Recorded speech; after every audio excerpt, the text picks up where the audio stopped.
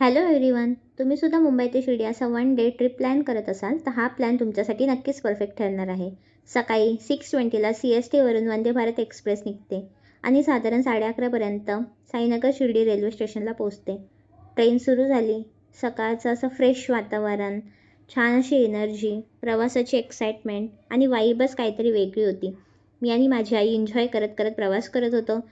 थोड्या वेळाने आम्हाला चहा आणि स्नॅक्स मिळाले. सकाळचा चहा आणि विंडो सीट हे कॉम्बिनेशनच काहीतरी वेगळं आहे. खूपच छान वाटत होतं. त्यानंतर आम्ही कल्याण स्टेशनपर्यंत पोचलो. कल्याणनंतर आम्हाला उपमा आणि पुरी भाजी असा नाश्ता दिला गेला.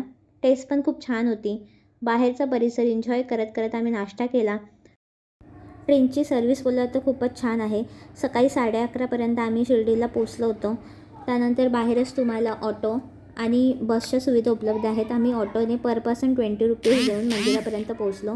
मंदिरामध्ये मोबाईल अलाव नसल्यामुळे तुम्ही बाहेरच मोबाईल आणि शूज स्टँड आहेत, तिथे तुम्ही फ्रीमध्ये मोबाईल आणि शूज ठेवू शकता.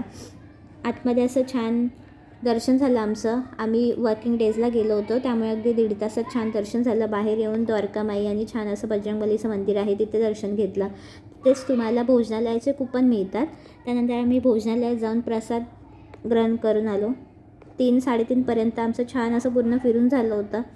उन्हाळा खूपच आहे, गरमी खूप आहे, त्यामुळे पाण्याची बाटली नेहमीच सोबत ठेवा. आमची परत 5:45ची ट्रेन होती.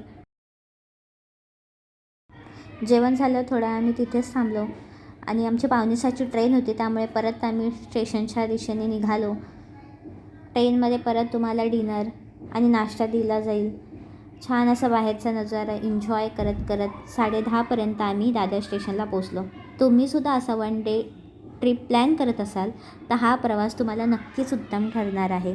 व्हिडिओ आवडला असेल तर लाईक, शेअर आणि कमेंट करा आणि असेच छान छान ट्रॅव्हल व्हिडिओसाठी चॅनलला नक्की सबस्क्राईब करा.